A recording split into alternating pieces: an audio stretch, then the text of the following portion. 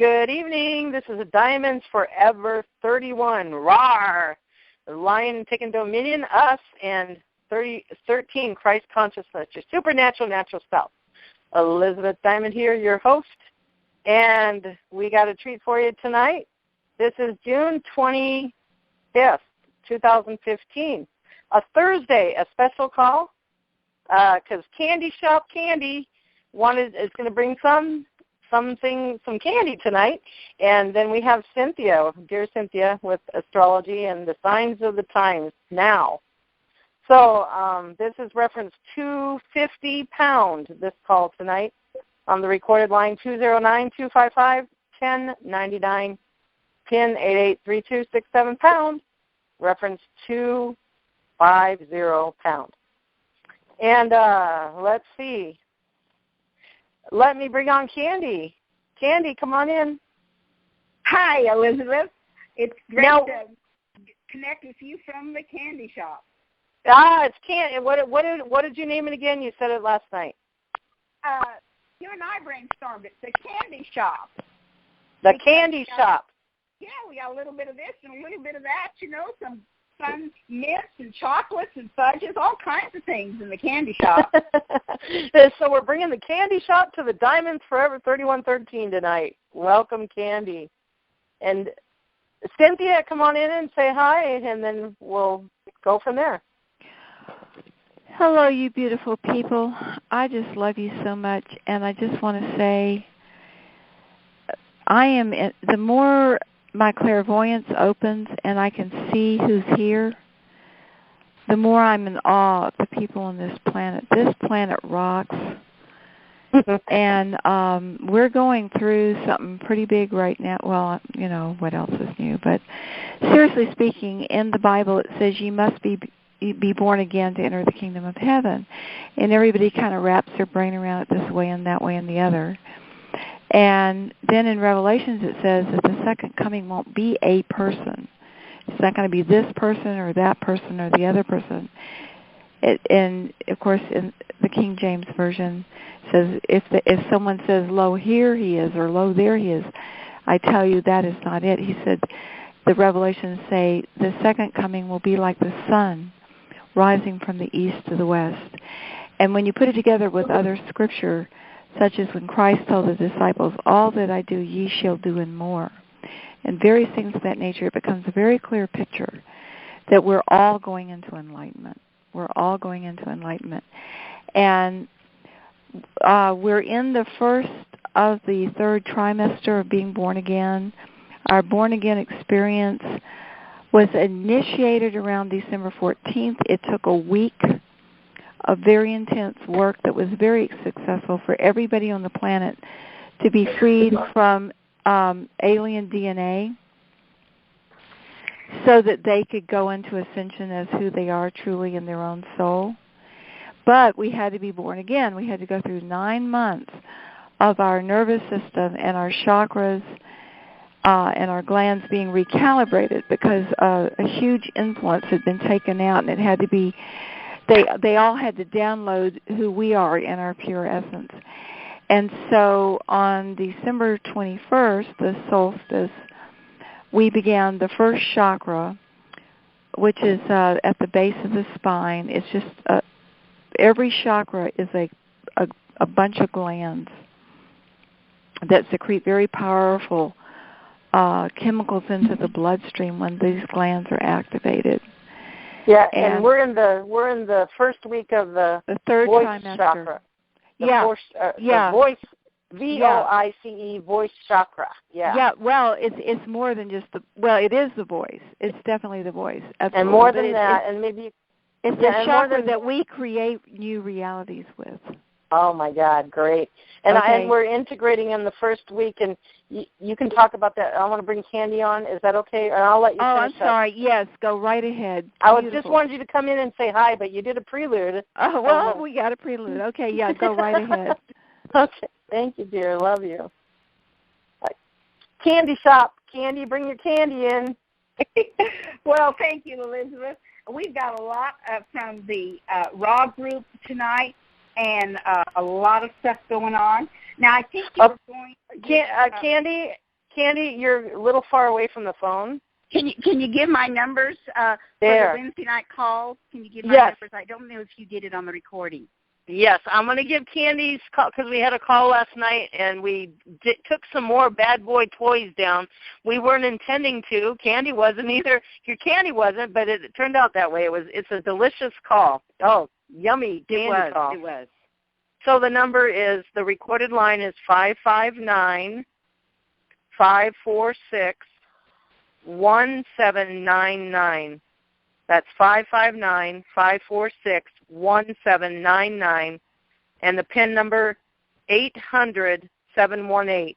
800-718. 800-718 pound. And the reference number is pound right now. But what is that reference number, Candy, of last night's call? Yes. The very special call, it was 206 pound. That was last night's call, right? Right. And then be sure to listen to 201 through 206 pound reference calls, and that's a lot of the ET Galactic stuff with Ray K and Chris on there, right, Candy? Right. Well, the 201 and the 206, those are the most important, because 201 was the May 30th when we cleared out the Mars colony, and I think if you haven't listened to that one yet, you'll want to, as a prelude to what we cleared out last night. And remember, it's 6 digits, folks. It's 800718. That's the pound. And I do a conference call every Wednesday. And so instead of $17.99, it would be $1,700. If you want to do it live on Wednesdays, we start an hour later than this at 8:30 Central Time. And Chris has confirmed he will be on the 4th Wednesday of every month. And so, put that in your calendars. The other conference calls are of a spiritual nature and of interest too, but I think everyone will want to catch that one. And so 201 and 206 and 207 are the really, really yummy ones. Yeah. Oh, wow. Last night was so fantastic, and really Chris and I had talked about it before, and we really wanted some action, because a lot of my conference calls are informational and supportive of people as they're trying to embrace a stronger spiritual lifestyle. But I wanted to do action. I've learned from Elizabeth, and so boy, did we ever have action last night. And we wanted to heal a couple of people here in the Midwest that were seriously ill, and maybe they'll come on Monday or sometime and give a report. But their initial reports is Jerry was healed last night. He's a 75-year-old man who is all bent up, can't stand up straight, and Chris. He'd come from California. Chris found out he had been abducted, had the implants. He removed the implants, did a lot of things, and Jerry called me an hour ago to say last night he slept better than he had in 20 years. Oh, my goodness. That's great. Yes. Now, Linda, he was working on healing her. I didn't tell him in ahead, but she has a huge tumor growing on her neck, and he did some wonderful things, found out that she had been had a lot of implants, had been abducted, but her husband had been in the military, and they had Chris explained to her that they'd given him particular drugs, so it was easier as a military person to be infected by the Dracos and things. And this is why, when he came home, he turned to alcohol and being a very mean kind of person. And so he was pulling out the Dracos from Linda and from her husband. But just as the call was ending, I got a text from Linda, and she was frantic because I hope it's all right to say this, but the Draco that Chris pulled out of her husband jumped in her 14-year-old grandson and was choking him, and he couldn't breathe, and he passed out. So but that's okay. That gave us, everything's good, so that'll give us, Chris, a game plan for next time, just building on his knowledge and wisdom and strategy, and it's good for all of us. So thanks for sharing that, Candy. And Right. everything's okay now, right? We better make that clear on the recording. Yes, he revived after a few minutes because I got Chris on the phone, and Chris started healing him after the show was over. And she texted me today, and she said, it's been interesting, but things are better. And she really appreciated what Chris did. So we need to remember to protect everybody in the home when these healings are happening, and keep these Dracos at a distance. Candy, correction. Yes. We're not going to keep them at a distance. We're going to love them to life and life abundantly. And if they don't want to, they can go somewhere else because we're going to have fun. It's party time. And that's right. And I like those kind of corrections. And like the love that you gave last night to that spaceship that had been causing so many problems and been trying to shoot down good ET motherships, and you sent them, and we dissolved their spaceship and disabled it, and you sent them love anyway, and they just broke down in tears because they didn't understand that they had been working for the bad side. They thought the cabal was the good side, and Elizabeth, it was wonderful, the power of the law of one, and and what we did to convert that whole race to our side. It was. Yeah. Yes, there's so much. Yeah. So much happened last night. Now, last Thursday, Elizabeth asked me to do a book review of the raw material, and I had kind of thought that we might be doing a series, but so I read a lot from the book, and I'm going to read a little bit tonight, but I'm going to give more of a book report. And one reason I was anxious to do this because I made a list for Chris of who I wanted to call in, and so half of the people that I put on the list did come, but I had forgotten to put the Raw group. And Chris said the Raw group did come to my conference last night. And it just reminded me that this Raw group, this raw material about the law of one is really important. And I would encourage, as a book report, when I'm giving it 10 stars, I'm saying, it's Uh-oh, there's a click. Is somebody's clicking? If you could star 6, please. Sorry. And Candy, yeah, that's okay. And Candy, I just want to, as a prelude, the raw material you're bringing in was channeled by a lady in, the 80s or 70s. And it has to do with the law of one, the prayer that we pray, but not particularly the prayer, but just to love everybody. And what I'm thinking, and a couple calls back, they said the Cyclops or somebody said to pray for coalescence. Well, I think Candy bringing this book report with the raw material and us discovering the law of one because of Cynthia, you sweet girl, you're a sweetheart. It's coalescing the energies of that channeling back then, the raw group, what they've been trying to do, and what Candy was trying to do, boots on the ground, make awake everybody back then, is coalescing with the energies of today. And what a powerful thing. So go ahead. Absolutely. And like Chris has explained on the Monday and Wednesday night calls, that we are now in the 4th dimension. And maybe that transition happened. He thought it happened in December. I was thinking it might have been solstice, but maybe it happened December 14th, like the date that Cynthia was given. And so there's a lot of material from 1981 in this book one about the 4th density. This Carla record is in deep trance, and it's very clear. And this Don Elkins that's asking the questions, he was just a brilliant man. Of course, they've all passed away by now, but it's just incredible, and incredible the format of way they did it. And there's 5 books in the law of the raw materials, and they are in many places on the internet. They're free. People have read them into the YouTube, or you can get them free on Kindle and things like that. And I actually think that most of us on the call will benefit from actually reading it and getting grounded. And the raw group has been with us for so long.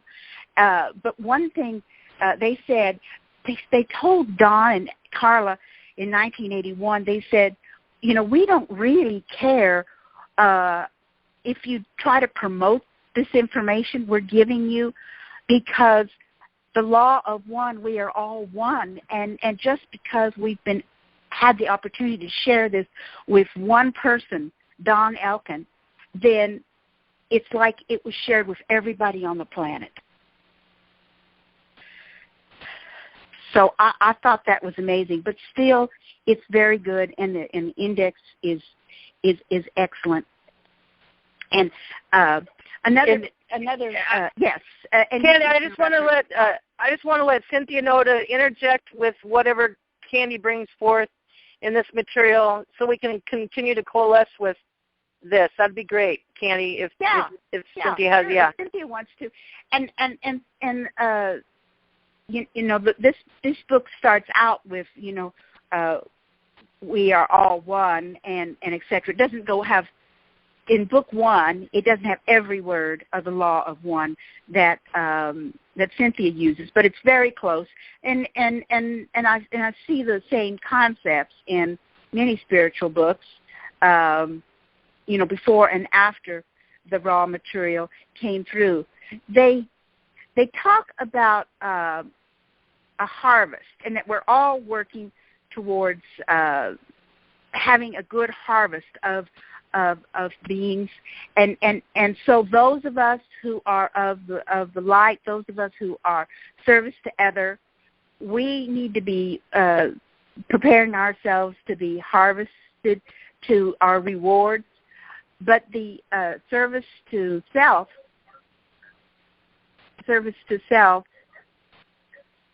they are they're being harvested for the negative.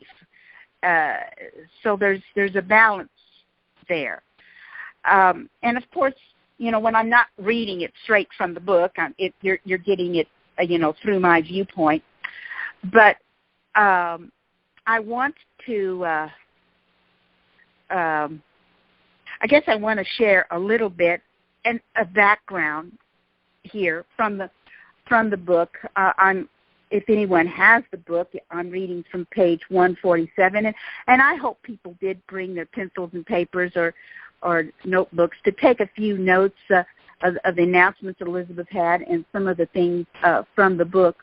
Don asked the question, could you tell me just a small amount of the history of what you call the elder race? I am Ra. We have spoken previously of the manner of decision-making which caused these entities to remain here upon the closing of the second major cycle of your current master cycle. Now, I would assume that the master cycle is 75,000 years, and that the second cycle would be like somewhere between 24 and 26,000 years. He doesn't say it right here on this page. But the elder race decided not to rise. They decided to stay and help us for thousands of years. There are some distortions in the descriptions of the one known as Michael. However, these distortions have to do primarily with the fact that these entities are not a social memory complex, but rather a group of mind-body-spirit complexes dedicated to service. The elder race work together, but are not completely unified. Thus, they do not completely see each other's thoughts, feelings, and motives. However, their desire to serve is the fourth-dimensional type of desire, thus melding them into what you may call a brotherhood. We call them the elder race to acquaint you, the questioner, with their identity as is understood by your mind. Are there any wanderers with this elder race? I am Ra. These are planetary entities harvested, wanderers only in the sense they choose in fourth density love to immediately reincarnate in third density rather than proceeding towards fourth density. This causes them to be wanderers of a type, wanderers who have never left the earth plane because of their free will rather than because of their vibrational level.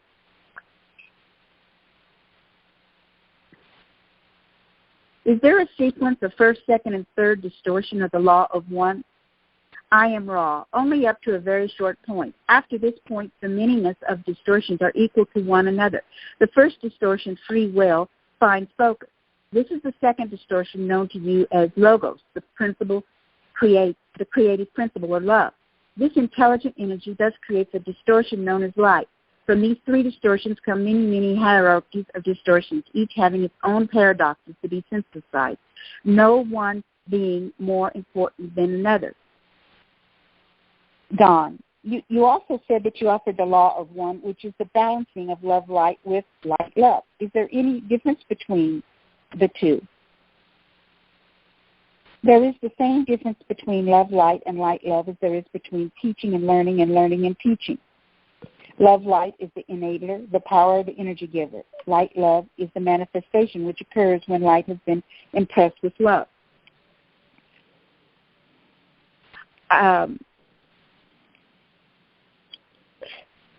Do you mean, let's see, the understanding must be added that this manipulation be done by one in harmony with the entity. I leave you in the love and the light of the infinite Creator. Go forth then rejoicing in the power and the peace of the one infinite Creator, Adonai. Now that's how they end each session, and they had 2 sessions a day back in 1981. So I think we've been talking a little bit about, help from the elder race and the, of course, which is different, which is older than the raw group.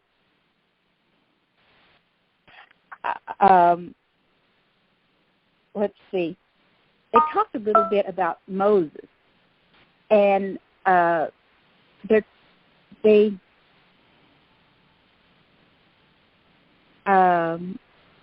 talked about the 7 cycles and about the 7 densities, and says that at this point, in 1981, the 8th density is the office which moves into a mystery that we do not plumb. And no. Chris has been talking about 15 densities, and I'm wondering if we're allowed to know something about the 8th density that we weren't in 1981. Does anyone have a comment about the 8th density? Cynthia, do you know anything about that? Star 6, Cynthia. Can you hear me? Yeah, now we can. Yeah, no, not right now. I don't. Okay. Well, they work with the 7 levels, the 7 densities, and they say that, for example, in the 7th level, there's it's subdivided into 7, and those 7s are divided into 7, and it goes on into infinity, dividing into 7, providing places. And it's really, Don asked, well, how, he asked how many planets are in our vicinity. And Ross said 67 million.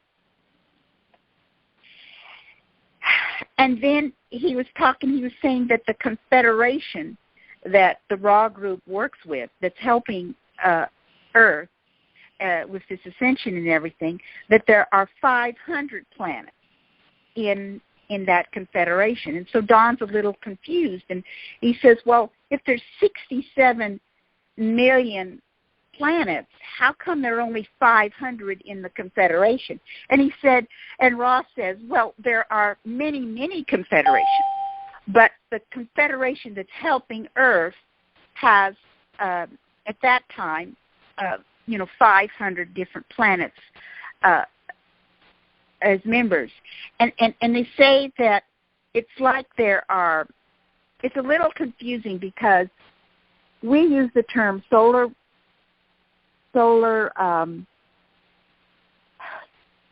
around our sun, the solar system. And sometimes the Raw people use the word galaxy for solar system.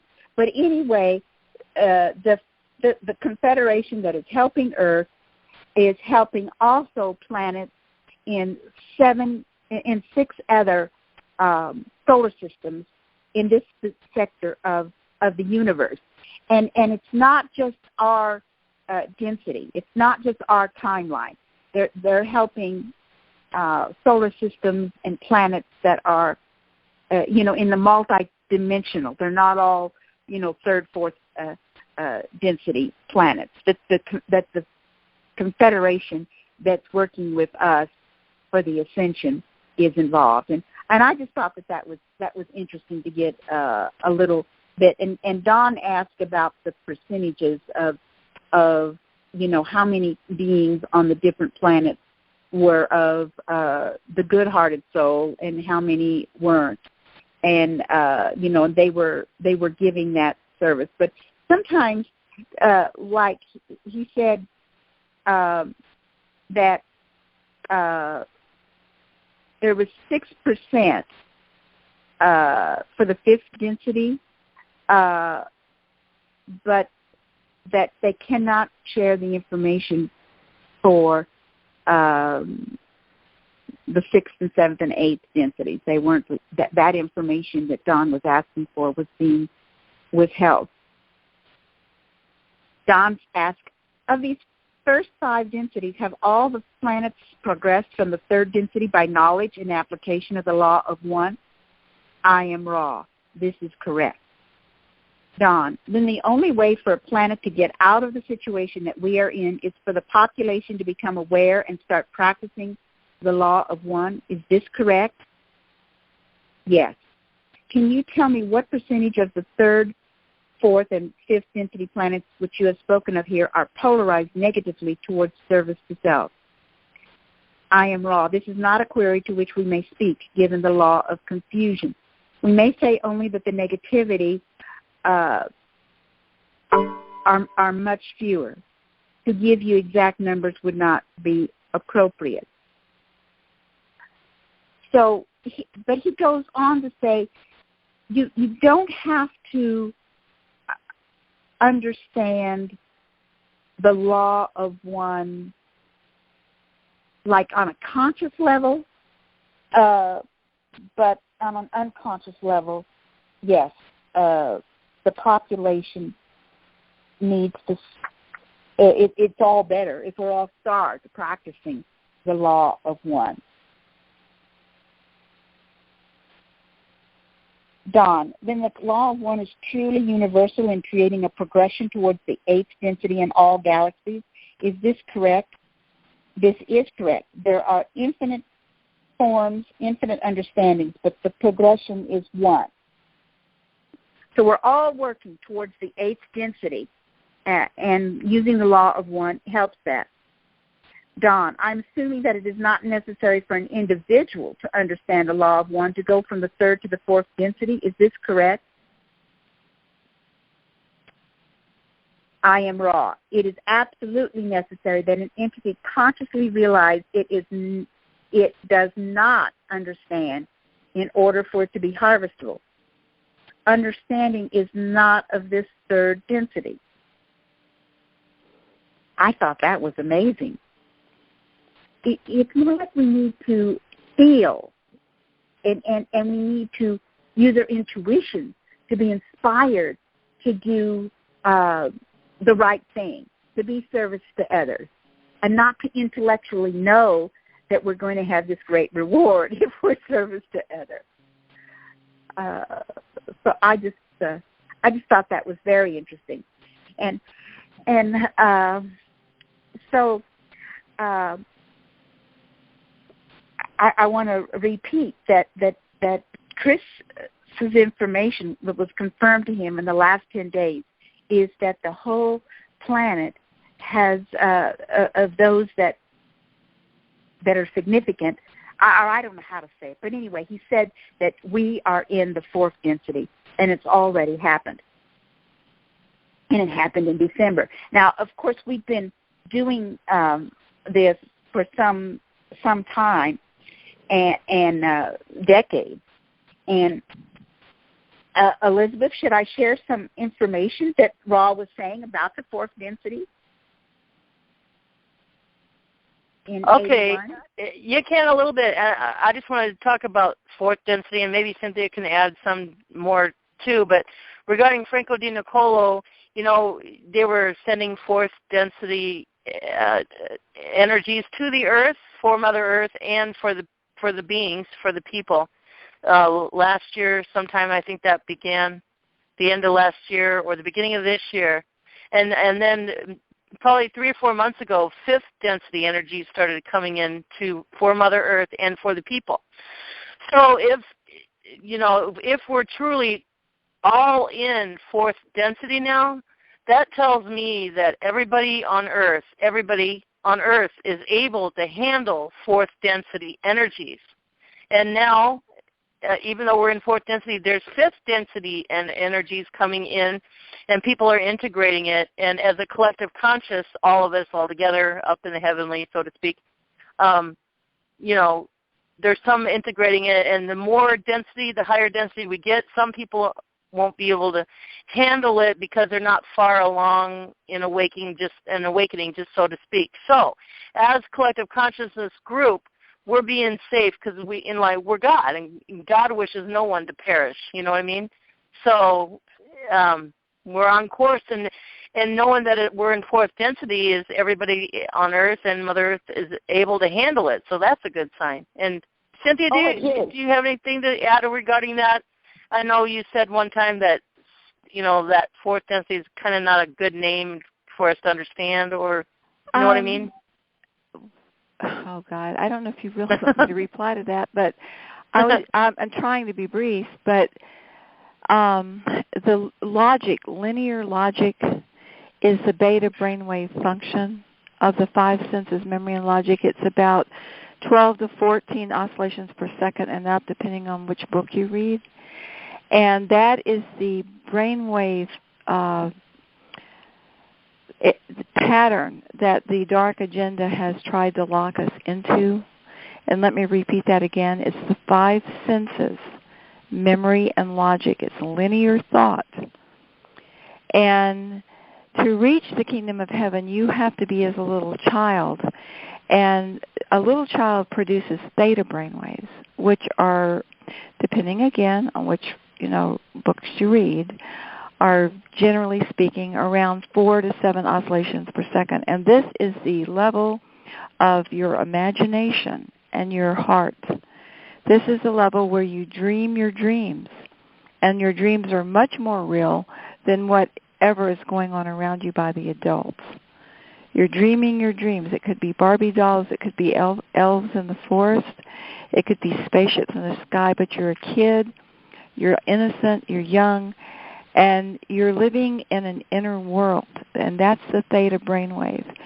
And that's why the Bible says ye must be as little children to enter the kingdom of heaven. And my opinion is, see, I'm taking us away from logic of, well, what is fourth density? Well, what is eighth density? What we're doing is we're leaving time and we're leaving space. Time is beta brainwave, space is alpha. We're going into theta. Ye must be as little children. And theta is where you dream. And what we're being asked to do right now is to dream our sacred dream awake. And each and every one of us has a unique sacred dream. So we can read all these people. We can read, now this was channeled in 81. A lot has happened since then. I mean, a lot happened on Candy's call this week that changed the history. So what was true for 1981, I mean, how many people have changed it a zillion times? And what I'm trying to say is as human beings, we are determiners. Our role in creation is to determine. And what do we determine? That's what our dreams are. That's where we have to go in and find that child within us that's pure and innocent. Go back in your memory and to the good times. When you Absolutely. Yeah, and figure out what was it that you wanted the world to be like. If you were a little guy, did you want it to be fun and exciting and adventure and, oh my goodness. And if you were a little girl, did you want it to be magical and everybody loving each other and all the animals being happy? I mean, whatever, fairies. But the thing is, each and every one of us is different. And our dream that we had as a child is critical to this planet. because we are the determiners. And we are going through a black hole. I'm convinced of it. I've studied the math, and I've studied the people who studied the math. And they knew this back in the 70s. And the thing about going through a black hole is everything's squished into a tiny little thing. It's like when you let your tub water out. All that water is squished, and it makes that spirally dooly, as it goes down. And here's the deal. All timelines are compressed. All possible realities, all the dreams of all the people, and everything going through that black hole come together, and they're squished together. And guess where you come out? Just like the water comes out on the other side of that drain. Guess where you come out? You come out in a different time and a different space. And the time and space that you'll come out as a collective will be the highest vibration of all the timelines that went through. It's like Dr. Emoto's. You can get a whole bunch of bad water, but if you put one high word on the jar full of it, or you do one prayer, it can change the whole lake. And he proved that very scientifically. So any one of us can change the outcome for all of us. Absolutely. On the subject of dreams, Ross said, the question was, do things like daydreams become real in other densities? Ra replied, this depends upon the nature of the daydream.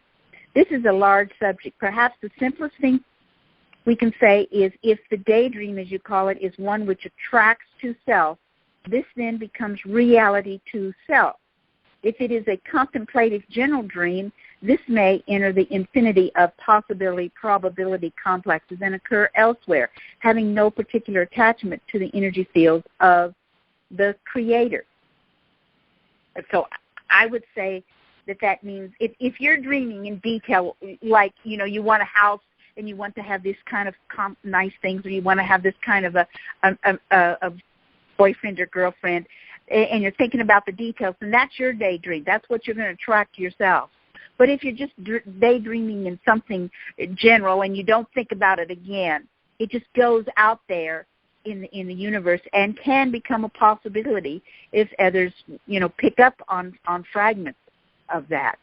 And, of course, things are so different than it was 200 years ago. Now that we have radio and television, that forces people to have some of the same kind of dreams and same kind of nightmares.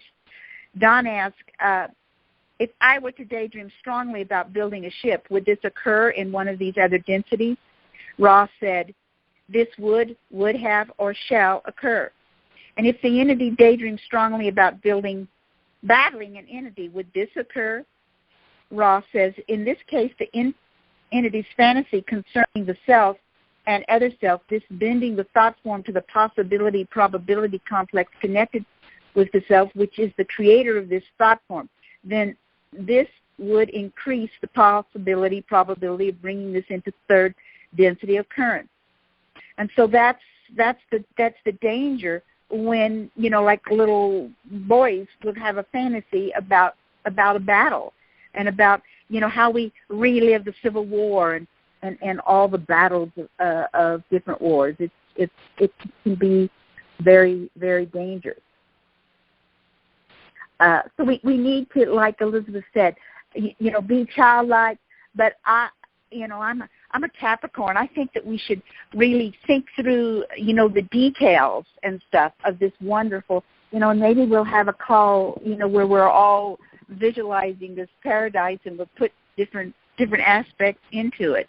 I know I went out to meditate this morning, and I learned that my guide was one of the bird men about 6 weeks ago. And so all these birds are coming into my life. And this morning there was all these butterflies and just being surrounded by butterflies and bees landing on the flowers nearby, the wildflowers. It felt magical. It felt like a childish daydream as I was just, getting these impressions.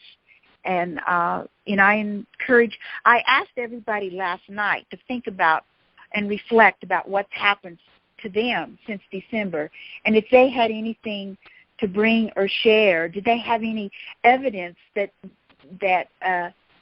yes, we have gone into the fourth dimension? And can you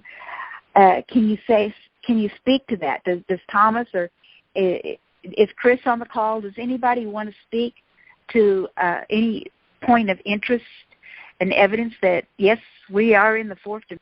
I don't get so emotional anymore, or caught up in drama, or I don't watch the news anymore. I used to follow it all the time, just to bring it to the call. I don't even follow that on the internet anymore. The news and the world crumbling.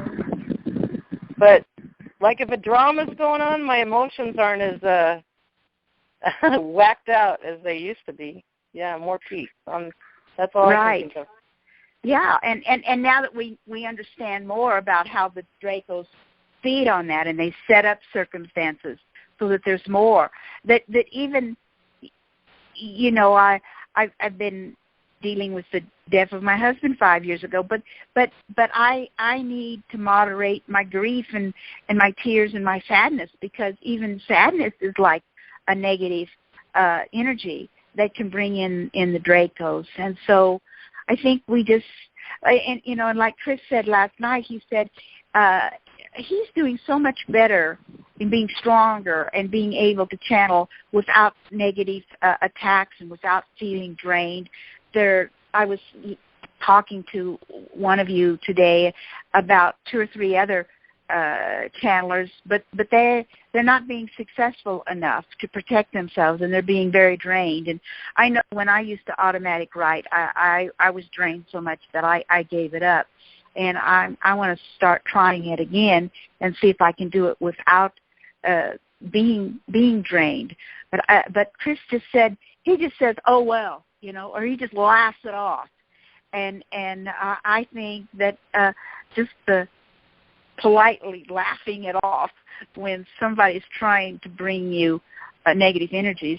And I know on Facebook they have a little choice there. If someone wants to send you some crap about something political happening or something, well, you can just tell Facebook you don't want to see that kind of post anymore. You don't have to unfriend the person, but you don't want to see that kind of post. The negative ones that bring you down. And so the way we won't see any of those negative posts anymore is just to do what you just said Chris does. As anything comes in our lives, don't give it any energy, just fluff it off. And what we want to start focusing our full energy to is our positive stuff, our imagination, our thoughts, and you know what I mean? Childlike stuff. Yeah. Can I make a comment? Sure. Yeah, go ahead. Okay, this is really important. Okay, we really are all one being, and if any negative thing comes up, it's a part of ourselves, and to slough it off or to make it go away, it's like ignoring the trash in the middle of your kitchen floor. It's much better just to sweep it up, and the way to sweep these entities up is through love. Love conquers all. This is just my personal opinion, and it just comes from my little bit of experience. But negative beings usually will avoid the light. They like the dark. And if you're a light worker, if you have a good heart, if you're really trying to make a difference, and a negative being comes, it's because they have gotten the courage up to come to you for help. And instead of saying, oh, you're a negative being, I'm not going to have you in my space, let me throw you out, why don't you try this? Oh, you're a negative being. You're a part of me, and I love you, and I'm asking for your highest good, because we're all one. And when one is harmed, all are harmed. Whether you're harmed or whether you're harming others, it's harming everybody, including you. And when one is helped, all are helped. Therefore, in the name of who I am, and I am one with all there is, including you, I am asking that only the highest good of all concerned happen, and I'm giving thanks that this is done, so be it. And guess what? Just keep doing it, and you will see that the rubber hits the road, and that the results are excellent. And this is where we're going through this black hole, is through the highest good of all concerned. This whole thing of us and them, this whole war is over. There is no war. There is polarity. There's hot and cold and in and out. There's yesterday's food that tasted good, and today it's our bowel movement. There's winter, spring, summer, and fall, but there's no war. It is all rhythms. It's all in harmony. It's all part of the one. And this whole danger trip of being in the reptilian brainstem and being in fight or flight that wears down our adrenals and blows our pancreas out of the water is changing through the limbic system, which is the emotional system. And these feelings of grief, Candy, all you have to do to quickly process them, instead of using tremendous energy to keep pushing them down, is just to take an hour or two and let all those feelings of grief come up, the loneliness, the confusion, whatever you have, and just say to the feelings, look, feelings, thank you. You know, thank you, loneliness. Thank you, feeling, all these feelings. Thank you, thank you, thank you. You're perfectly normal feelings for what Candy has gone through, losing her husband and having to be alone. You're perfectly normal feelings. Anyone would feel you. And I thank you, and I love you, and I'm asking for your highest good. Because when one is harmed, all are harmed. If I stay in sadness and grief, it harms everything, including you, because we're all one. Physically, emotionally, mentally, and spiritually. Through all four brainwave states, through the reptilian brainstem, through the limbic system, through the neocortex. We are one. We may be doing completely different things, tuning into completely different realities, but we are one. And you'll just start zipping through it. And the neat thing is that you'll be helping all the rest of us do it too. So back to you. That's my comment. Thank you for sharing that. This is the time we're in newly, and we're novices, and you are here. You've practiced this a long time.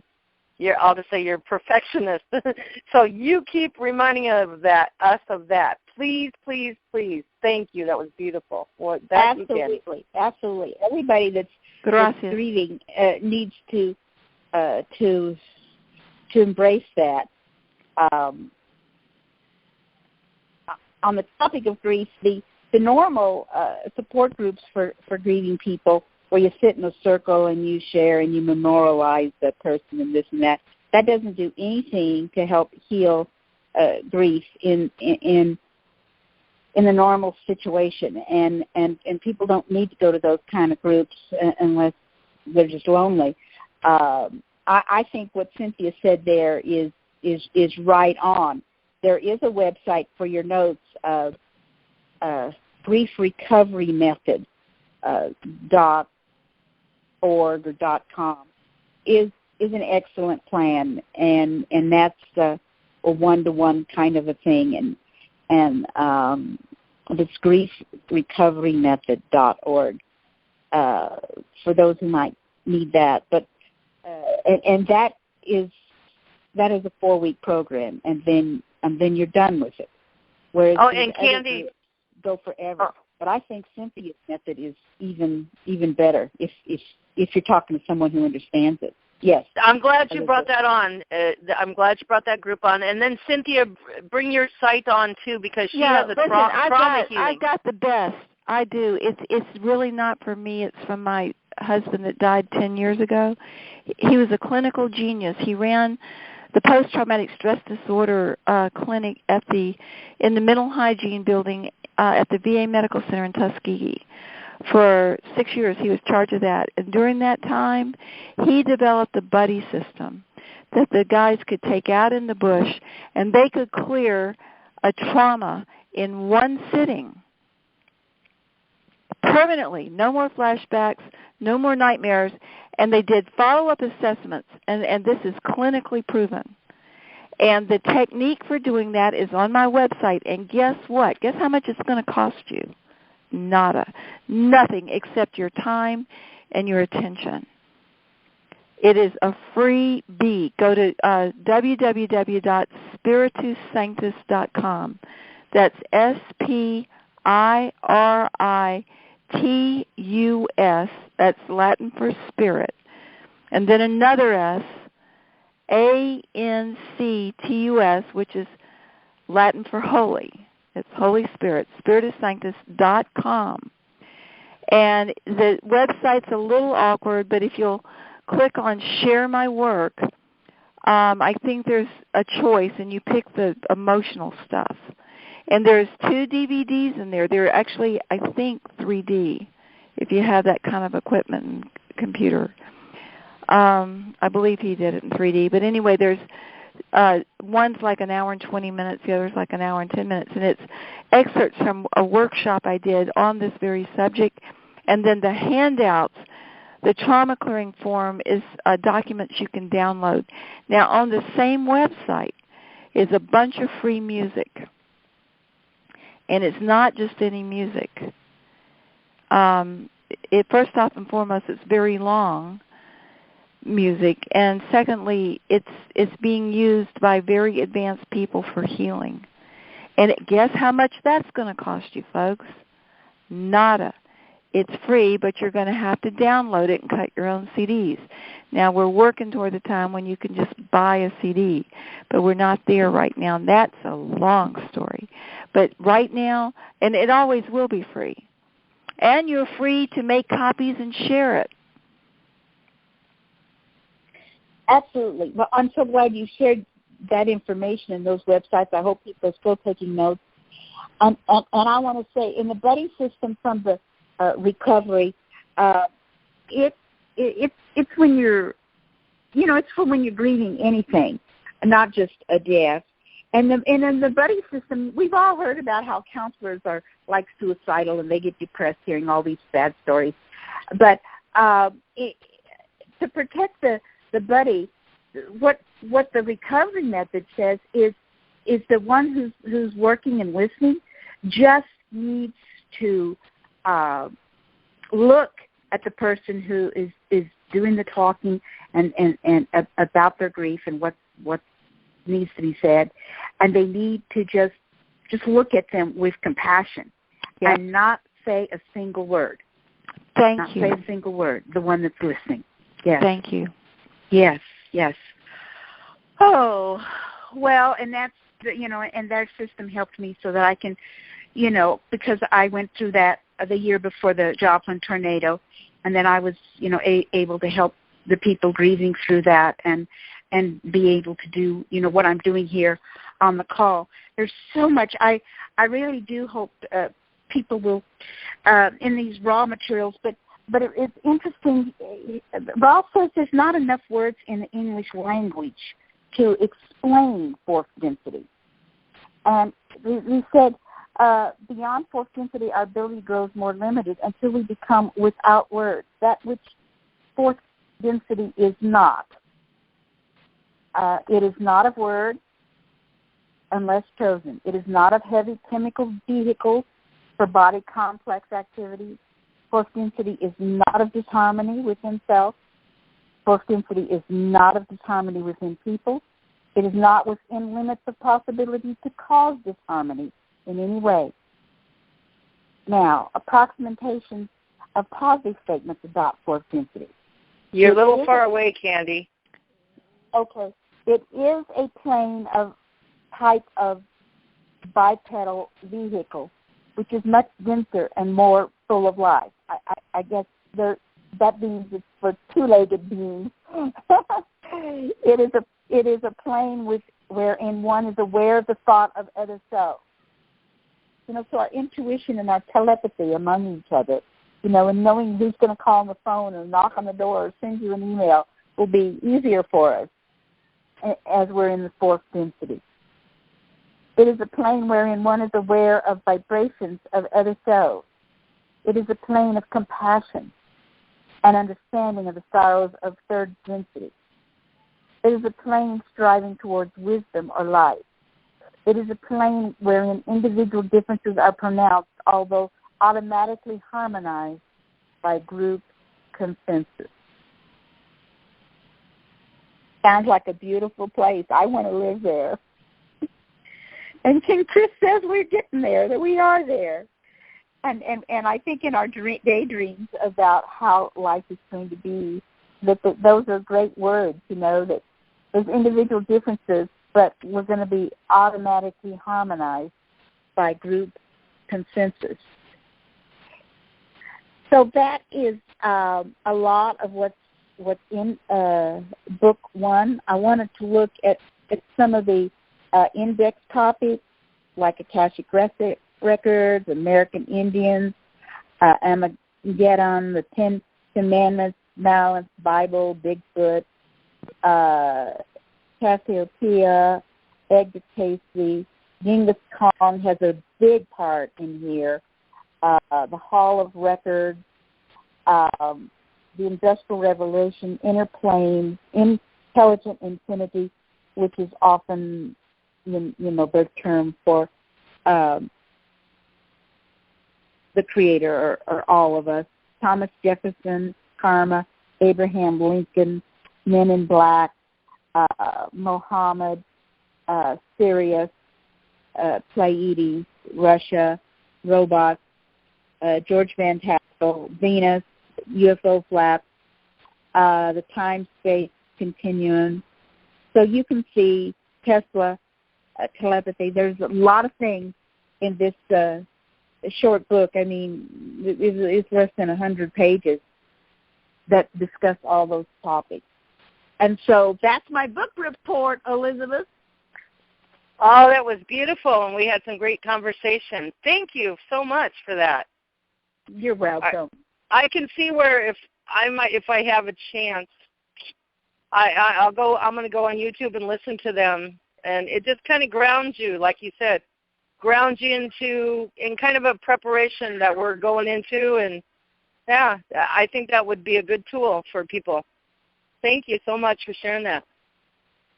And I just want to honor the Raw group that they've stuck with us and helped us for so long, and that they're still helping us, and that they're supporting Chris and Thor and everyone at this amazing time of shift. Thank you, Raw. Yes, thank you. And let's see if there's anybody in the listening that has any questions for Candy or any comments or anything they want to bring in. And then we'll bring Cynthia on, and I hope you stay tuned, Candy.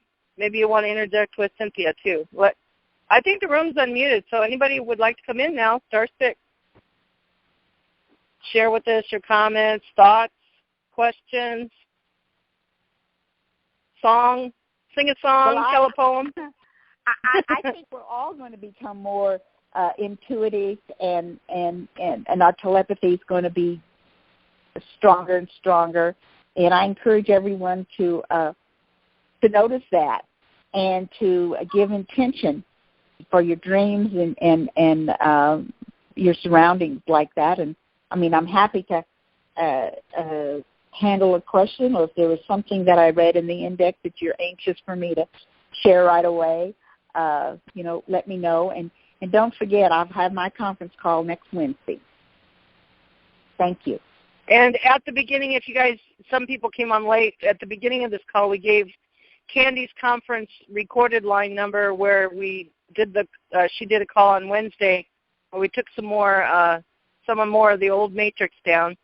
And we didn't plan it, it just came in through Chris, and they came and brought us some hints, and away we went, huh, Candy? Yes, we did. So that's information and all the important calls that are for today and now and what we're going into we gave at the beginning of the call. And so like stay tuned. Ray says, yeah, things are happening faster and faster, and they're happening faster because of what we did on Elizabeth's calls Monday and mine on Wednesday. And Absolutely. And Chris, and so will Chris be on your call Monday night, Elizabeth? Yes, he'll be here Monday. Good. And Chris Kringle. I call him Chris Kringle. He'll be back the fourth Wednesday of every month on mine. Well, let's turn this show over to Cynthia or your other guest. And now I'm going to nickname Cynthia. I just found the name. It's Cynthia Star, the star in the sky. Cynthia Star, Chris Kringle. Candy Shop Candy. I got to figure out names for the rest of us. Okay, come on, Cynthia Star. Thank you. Yeah. Cynthia Twinkle Star. I like it. Cynthia Twinkle Twinkle Little Star. Not little, big star. Go for it, honey. I want to just briefly mention, I'm not going to stay on the call a long time because I was up before dawn, and this is Eastern time. But Chiron stationed on June 24th. That's yesterday. And I don't know if y'all know about Chiron. It's a kind of a dwarf planet-asteroid out there. And if you listen to some of our older calls, you'll hear about how it's played a major role. But what Chiron actually is a step-down transformer of certain codes. All the planets and dwarf planets and things like that are. It's a mechanism. It's a actual machine, but it's like a flower is a machine. In other words, it's a creation that has intelligence, that's self-perpetuating, that interlaces with everything else as one being, just like your toe and your hand are one body, even though the toe is not the hand. You know, the toe is not the hand, but yet they are because they're one body. That's how these planets interact with us. And when a body stations, whatever point that it is at is very, very powerful for a long time. And Chiron stationed at exactly, let's see, I've got the chart right here. 22 Pisces.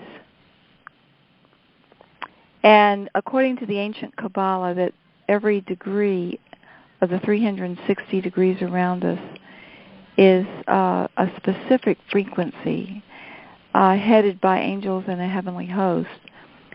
That is the exact place of assistance.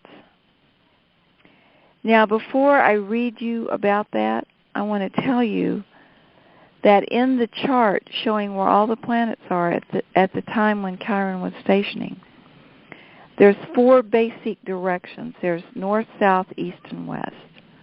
The east is where the sun rose. The west is where the sun set. The south is deep into the earth, and the north is the skies. And the point for deep into the earth was 10 Sagittarius, which is the heavenly host of sea travelers.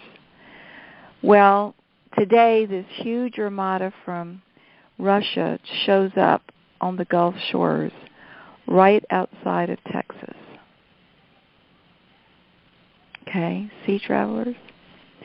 And on the east is the heavenly host of Argaro, which are the ones that reveal what is the truth about all the religions, past, present, and future. In other words, they reveal how much truth there is in religions and where the religions are off course.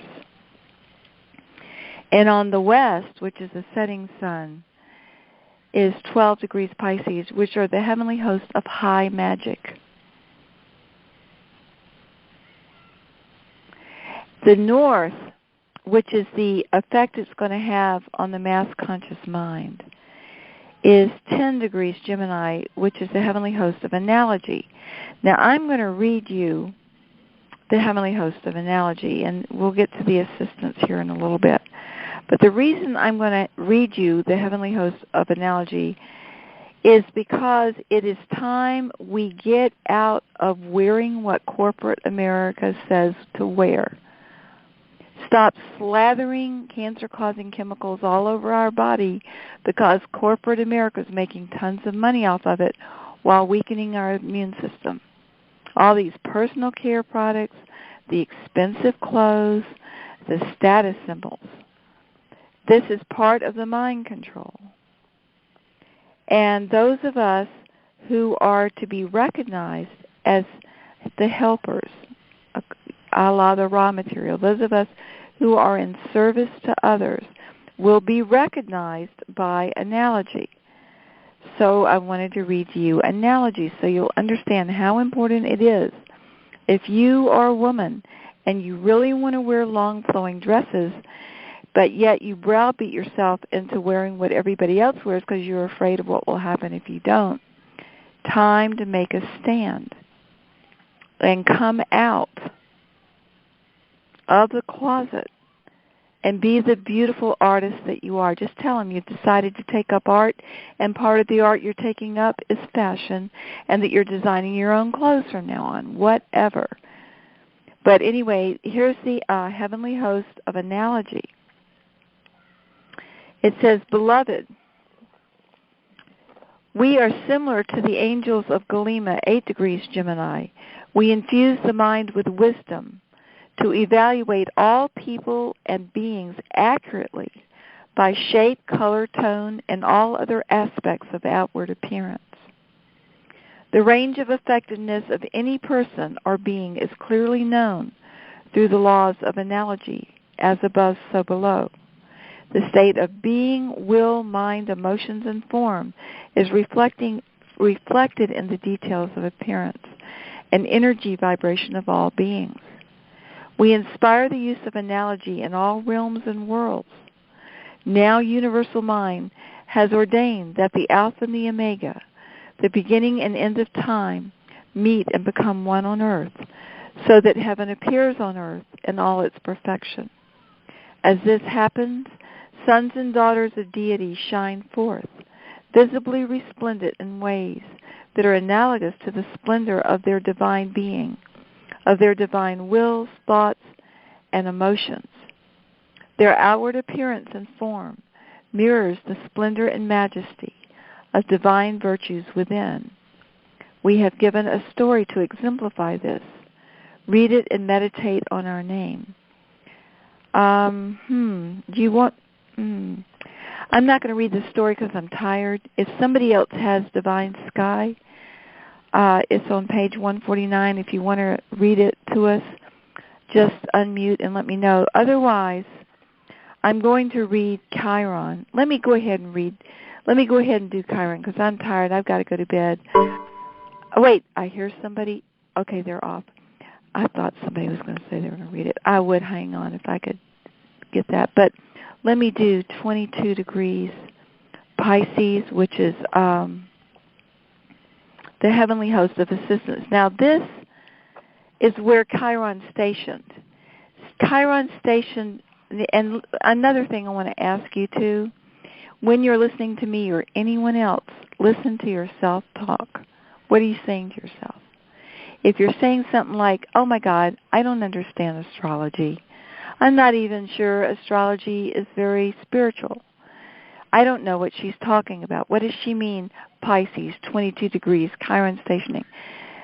Be aware of what you're saying to yourself. And this is my suggestion. Instead of doing that, because you're hypnotizing yourself,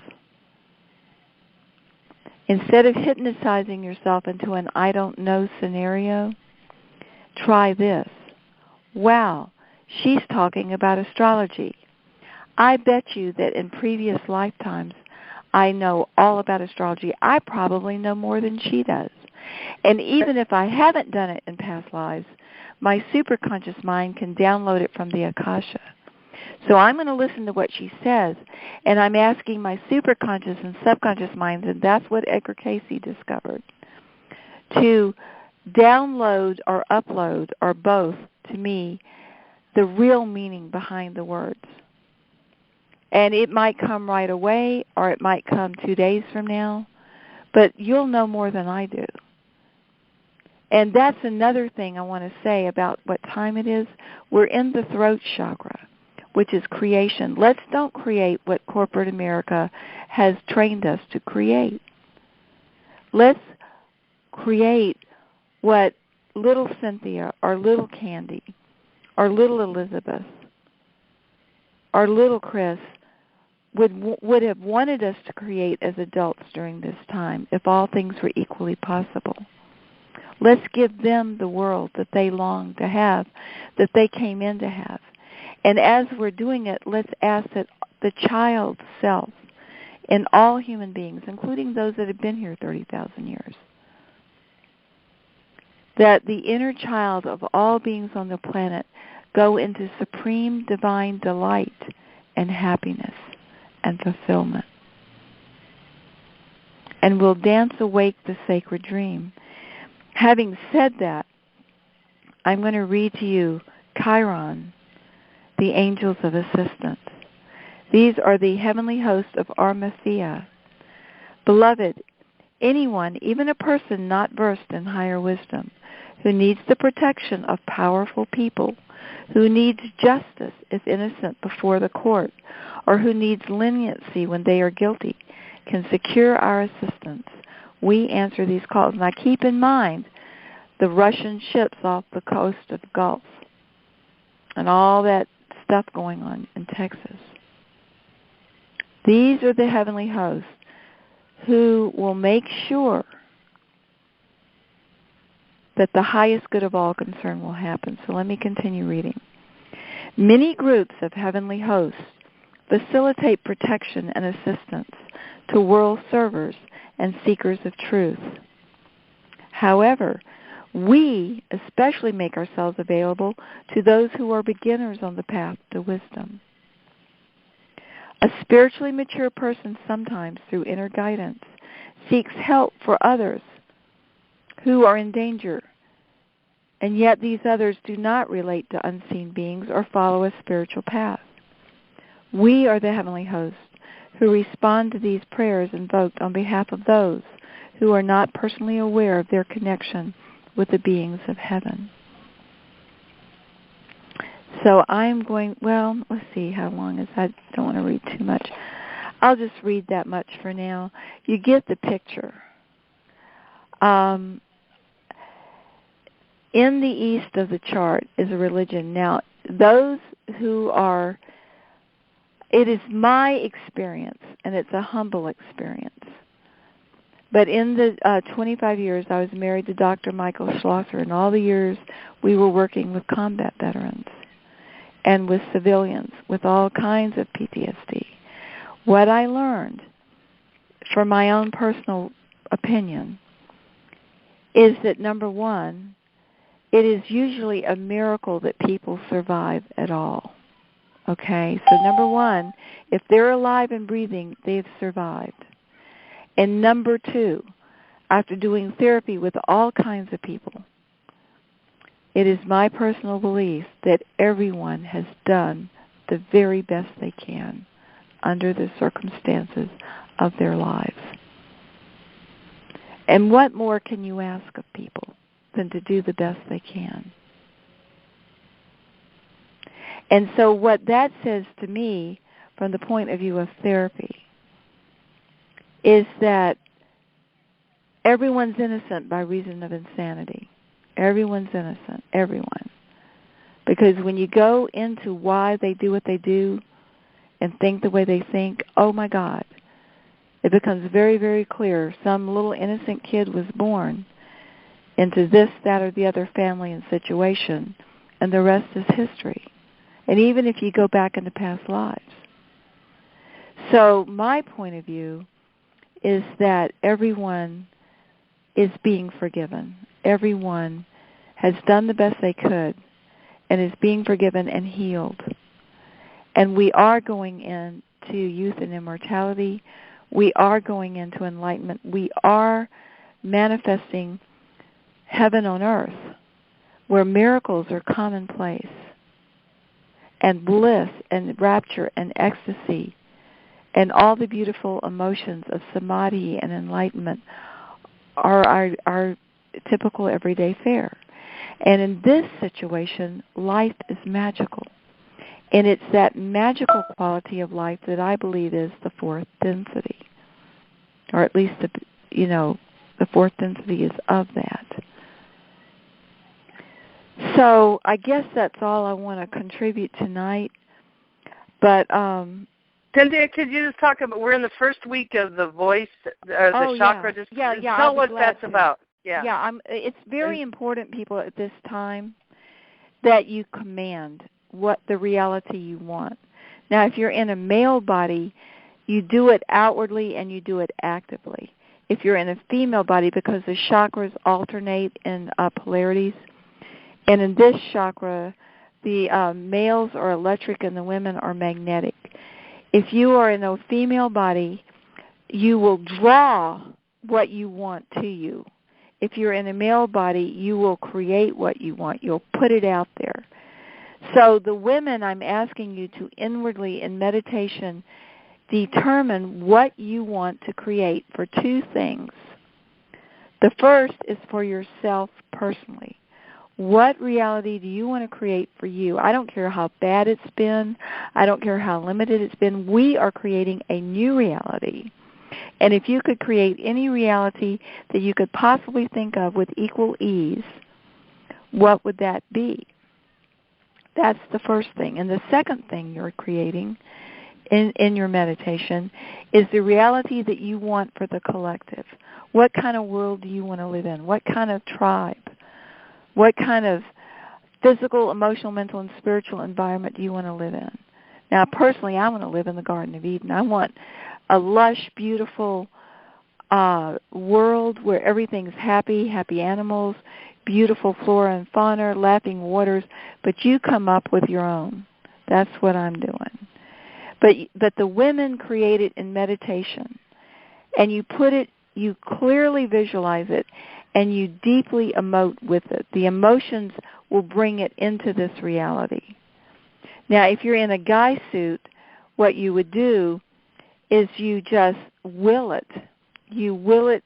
I mean, if you need to hold meetings, if you need to draw pictures, if you need to chant it to the mountainsides, if you want to, in meditation, just will it to the outer world, fine, you're electric. That's what you're supposed to do during this whole chakra.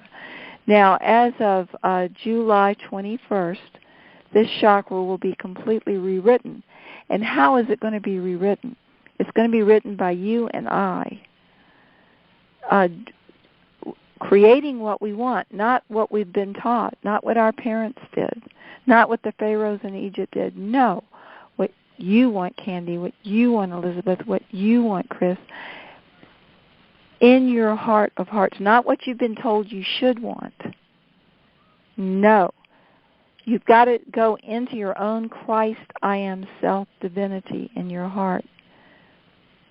The who of the who that you really are in your divine innocence and truth. And find your gift to the collective.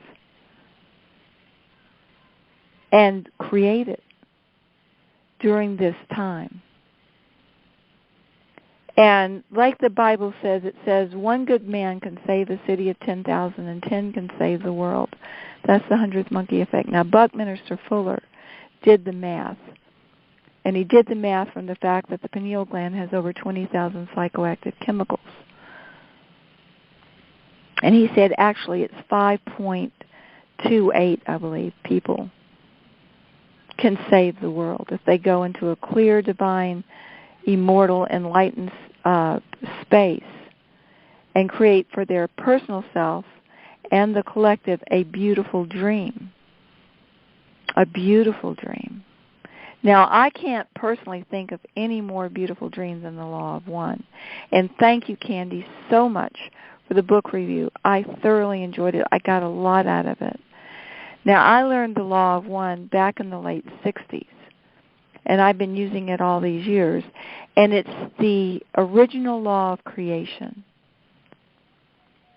All other laws come from it. And it overrides all these other laws, social and civil laws. And when you use it as a son or daughter of God with dominion, you activate the DNA in creation to outpicture the original divine blueprints of creation, which are heaven on earth. And here's the Law of One. It goes like this. We are all one. When one is harmed, all are harmed. When one is helped, all are helped. Therefore, in the name of who I am, and I am one with all there is, I ask that only the highest good of all concern happen. And I give thanks that this is done, so be it. And I strongly recommend you use it with the Dracos. You use it with your sister-in-law who, you know, is doing whatever. I mean, use it with what's happening in Texas. Use it with your dreams. If you want impeccable karma, because what goes around comes around, you're going to reap what you sow. Say you're sitting there going, well, they're all saying to create what I want, and say you think you want to be in a boat, traveling the world, fancy-free, in a beautiful world. And so you create that, but there's a little nagging voice at the back of your head saying, I wonder if this is the highest good for me.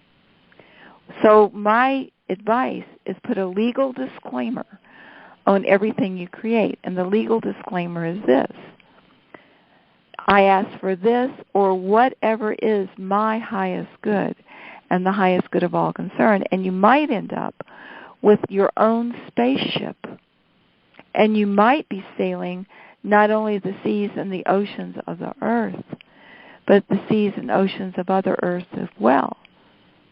By putting that legal disclaimer on there, say you've created living in a mountain cabin up on the Blue Ridge Mountains and spaceships landing in your valley.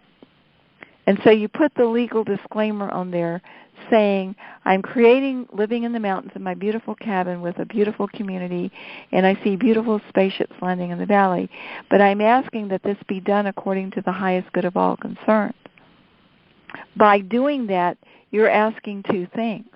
You're asking for your highest good, and you're asking for the highest good of everything else too. Now suppose you got your cabin up there, you got this beautiful, beautiful rock and roll community, and the spaceships are landing in the valley just like you said, but you put that thing on there, and you find out that even though that's really nice, the cabin in the mountains, all of that is beautiful, that deep in your heart, without knowing it at the time, you are one of the greatest musicians on the planet. You just hadn't discovered it at that time. And up there in your mountain cabin, you've got the musical instruments, you got the time, you got the peace of mind, and you realize that you can make beautiful music that makes the plants grow fast and the animals love it, and the birds start flocking around you. And you're going, yeah, and I'm adding the most beautiful music of all concerned. And then you discover, a few months later, a few years later, oh my God, I'm not only just a musician. I can make the most beautiful clothes I've ever seen and grow the best plants, and I can do the best theater, improv. And so it just goes from one thing to another, and everybody else is doing the same thing. And guess what happens? We start having one heck of a good time, right? And that's exactly what the Bible says. It says, I have not given you the spirit of fear, but of joy and life everlasting. And I have changed that. I have changed it to life everlasting. A joyful noise. What is more joyful than people laughing? So this 4 weeks, I guess it started Monday, so we're already halfway into the first week, is not a time to sit back and wait for everybody else or to tentatively consider which type of meditation you're going to do or which health food you're going to take. You can do all that too. But sit down alone with your own divine self, following the footsteps of Christ and the Masters. Forget how old you are, or how many years of college you had or didn't have, or how much yoga you've done or not done, and just remember, you've had lots of lifetimes. You are eternal, and you are actually God manifest. And as God manifests, what are you going to create for yourself personally and for the collective during the throat chakra, which is now? Homework. This is homework. So that's my contribution. Is there anything else I could add? Is there any questions? Is there anybody have any questions? *6 now. I wanted to say Cynthia Twinkle Star. Thank you for sharing. Thank you for sharing, and thank you for your contribution to humanity. Thank you for letting me. I appreciate it so much. I appreciate it more. So much. And Candy, that was great. Yes, Candy, you too. Candy Shop. Candy. Yep. It wasn't great. Candy's wasn't great, Cynthia. It was yummy. It was yummy, yummy, yummy. To the tummy, tummy, tummy. And I love, we do not have a spirit of fear, but of life, and life ever laughing. Of joy and life ever laughing. I mean, if we have been given a spirit of joy, like there's another place that says, make a joyful noise unto the Lord, all ye lands. Yep. Tell me something more joyful than people laughing with joy. Make a joyful noise. Is that not cracking up with laughter? You've got tears rolling down your eyes. Is that not ecstatic music that you're sitting down, you can't hold your body still, you've got to get up and move, and when you move and spinning around, you feel like you're floating or flying? One day, maybe you might. Yeah. I love it. Is that not poems being not just read but sang? Absolutely. Is that not being able to create your own clothes and just everybody favoring each other? The whole money thing's getting fixed. You know, we're getting into a place where we have our time back. See, that's the real slavery, is they took our time, even as children. And we're going to have our time back and our health back and our needs met. And there's just going to be this nice, peaceful vibe going on, no threats. We will have healed ourselves emotionally by forgiving ourselves and everybody else in this huge super love vibe and joy because of the announcements and the galactics. And what we're going to be left with is a world of the Garden of Eden with tons of time. We're going to all have immense time on our hands, like a bunch of kids. And so what are we going to do with it? Right? We're going to have fun is what we're going to do. We're going to put the fun back into fundamental. Yay. Glory. It's like in the Declaration of Independence, the pursuit of happiness. All the time we're going to be pursuing it. And some people are going to find it with beautiful food preparation. Others will find it with music.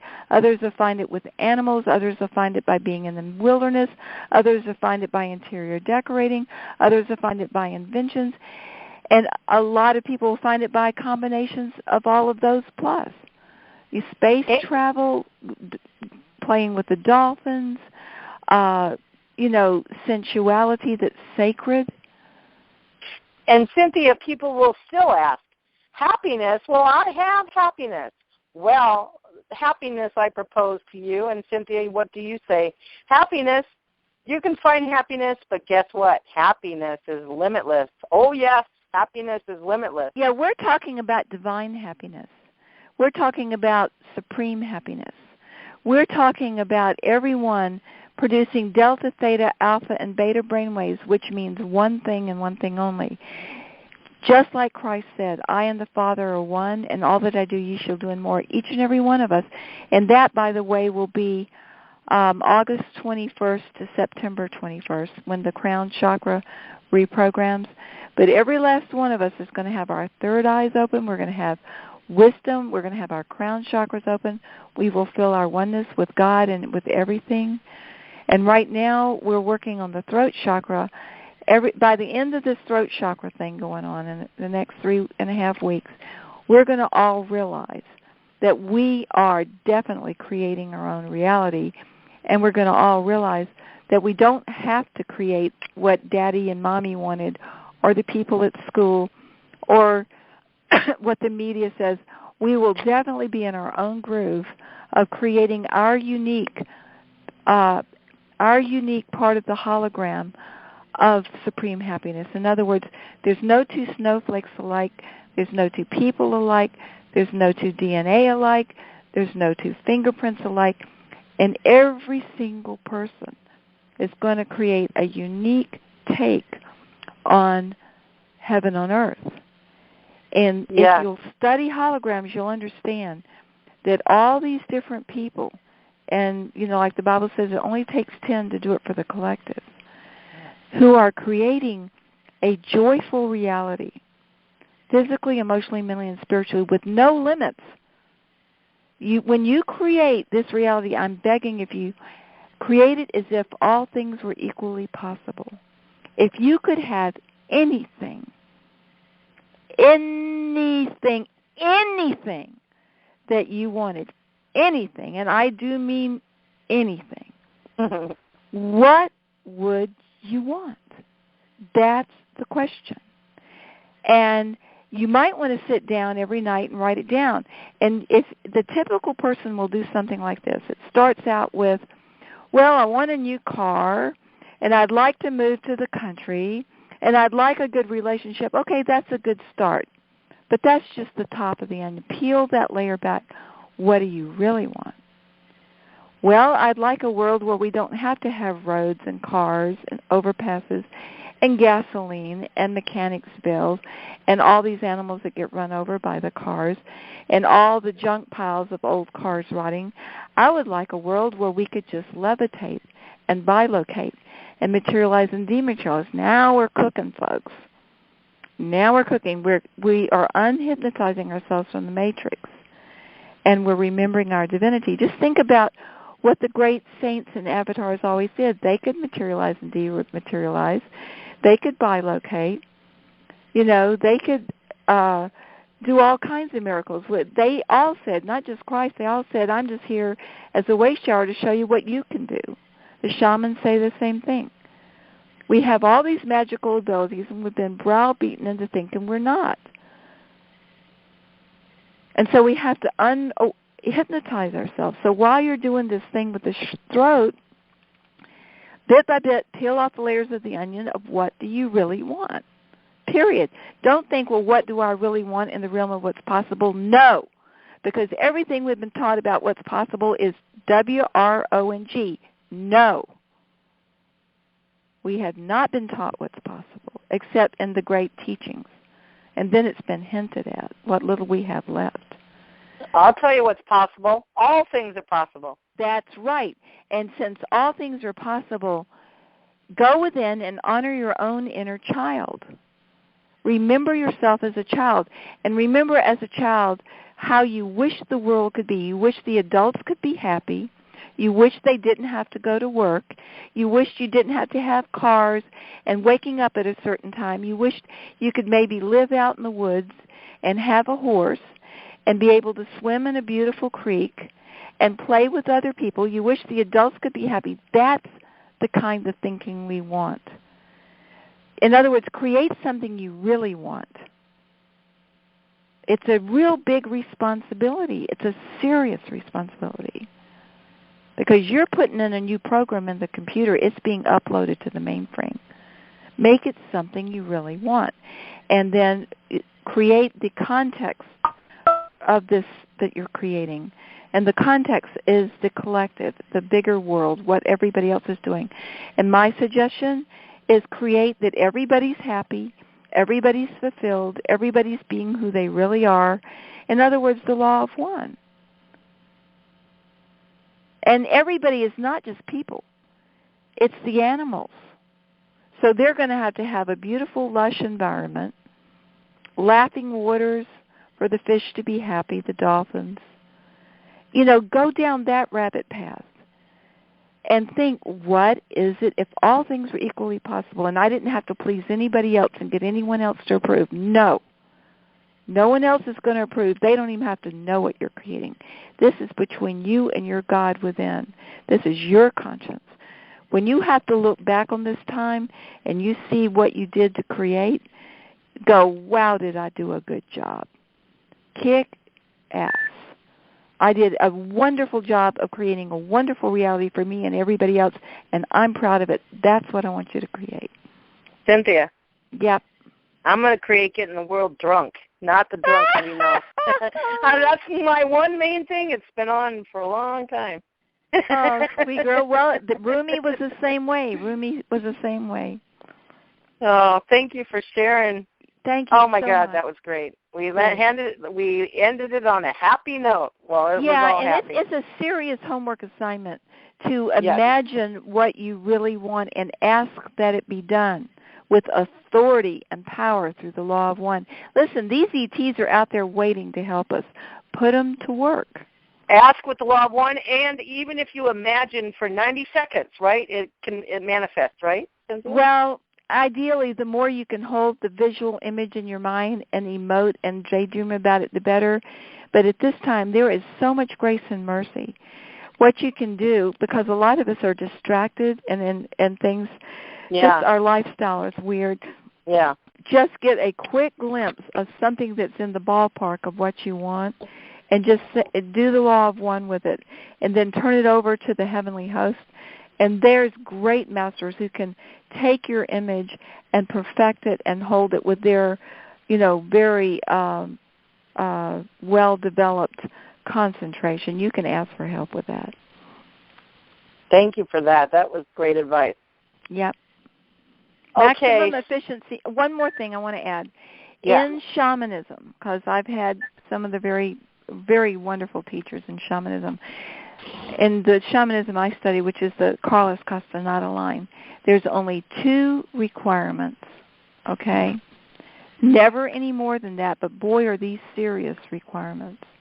And you had better do them. And if you're not going to do them, they won't take you as an apprentice. And guess what they are?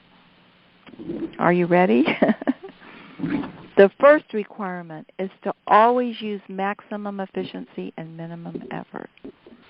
Okay?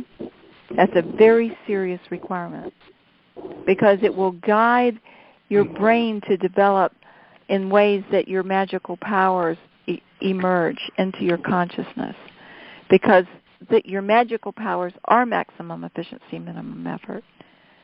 And the second and only other requirement is to never do anything to harm the children. And that includes the animal children. Okay? So you might want to think about those. Yeah, go ahead. I'm turning it over to you. Go ahead.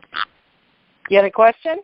Somebody said something. It was a man. Oh, I just said okay. Oh, sorry. Oh, that's a very... Is this Thomas? It is. Thomas, come on. Yes, I know. You got a question for Cynthia. What are you wondering?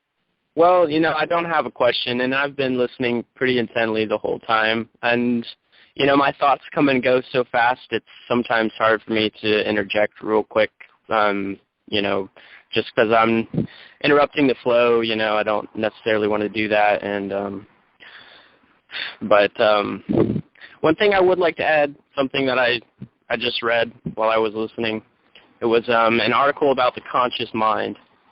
And basically, there's 2 things about it. And let's see if I can remember them now that I'm actually talking about them. The conscious mind does 2 things.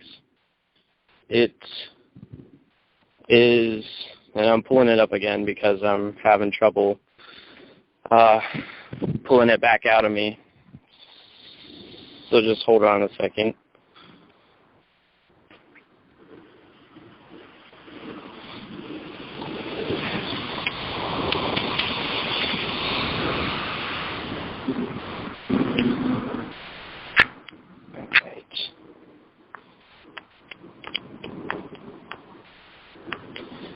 Where is it? Oh, I posted it. It's on my own wall.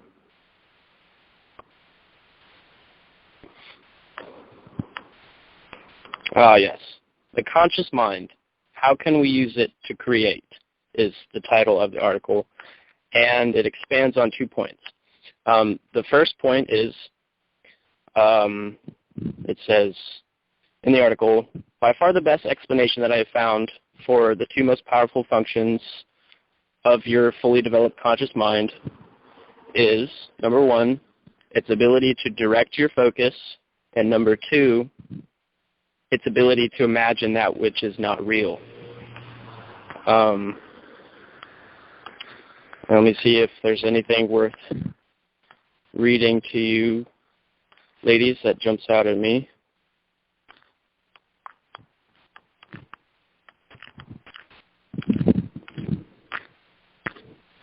You know, it's hard having so much wisdom and wanting to just present it all at once, but not having an organized delivery.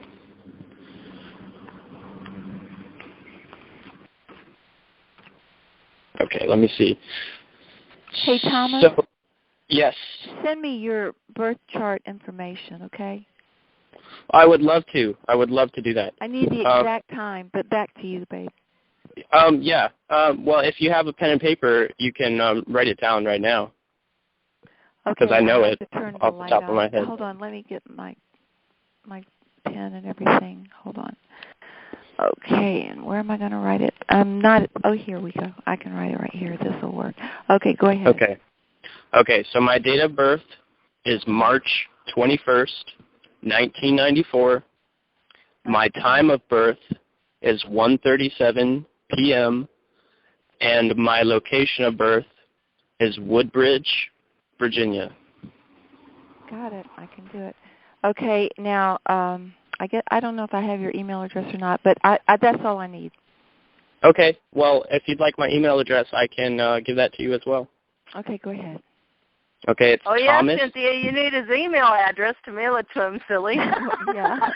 Well, you know, astrology is one of my favorite things to talk about, and it's just one of my favorite things in general. But my email address is Thomas J.A. Brock @gmail.com. So that's Thomas Brock with the letters J.A. in between them and at gmail.com. Brock? B-R-O-C-K? Yes. At gmail.com? Yes. Okay, Thomas J.A. Brock at gmail.com. That's correct. Okay, we're good. Back to you, Guy. Yeah, and if anyone who's listening is interested in looking up this article, again, it's titled The Conscious Mind, How Can We Use It to Create Change? And it's published by New Earth Media. So you can type that in a search engine, and it will most likely come up for you. Thank you for sharing, Thomas. You want to share anything else? Not at this moment. Thank you. You're welcome. Anybody else like to chime in? Am I on? Oh, this is Carla, and I just wanted to share that I've been listening to the whole talk and sitting here and loving every minute and loving all of you guys. And Candy, are you still on? I don't know if she's on or not. Candy got company, so she had to go. Okay, well But you can say it on recording, and I'll have her listen to it if you want. That's okay. I'll call her later because I bought the raw books for myself and didn't have time to read them. I gave some to her to read, and I would just thank her for reading some of it and sharing mine. I thought, oh, goody, she read some of them, so I'll get to know what it says. So anyway, nice. It's just wonderful, and I'm so glad to be here and be in the consciousness of the brothers and the sisters. Thank you for sharing that. And see how things work out? You bought them. Yeah. Little did you know you bought them for her because you gave them to her, and now she's doing a book report, and you're listening to it. Yeah, that's what's happening. I thought, oh, goody. I have 6 children, and 3 of them are still home, and they're pretty well grown now, but there's just so many things happening this summer. So I thought, oh, goody, she's going to give me a book report. Anyway, thank you, everyone. It's just wonderful being able to be on this call. You're welcome. I'm just stalling a little time for Lily is coming on. We could do the law of fun before we leave. But anybody else want to come on?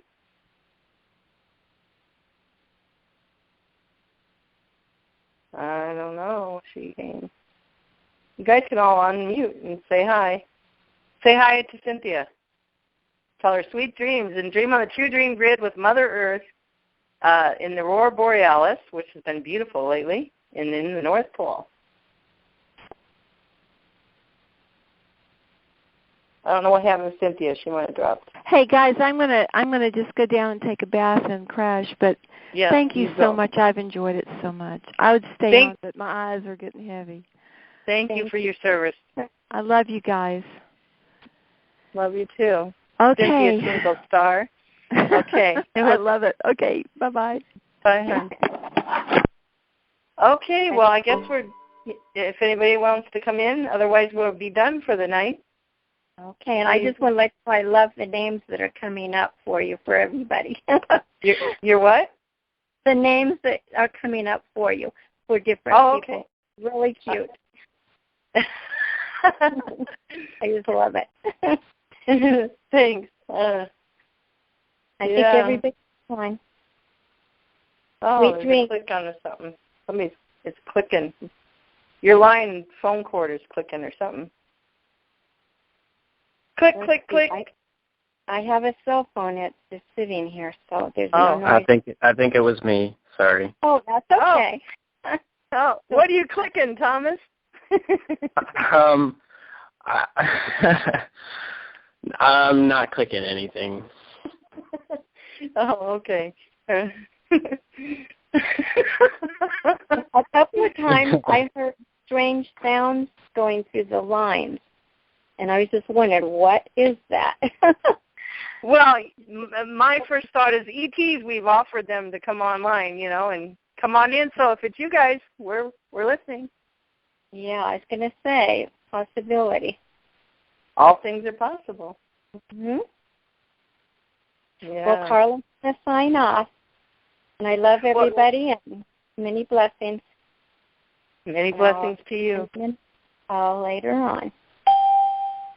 Oh, there she is, Lily. Are you there? I always got to give her a minute to unmute. Or somebody just came in. *6 and say hi. Come on, you guys. Come on. Let's have some fun. Lily, are you there? Come on. Who's that? That was Thomas.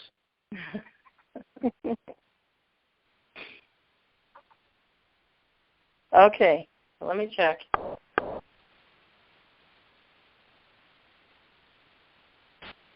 Okay.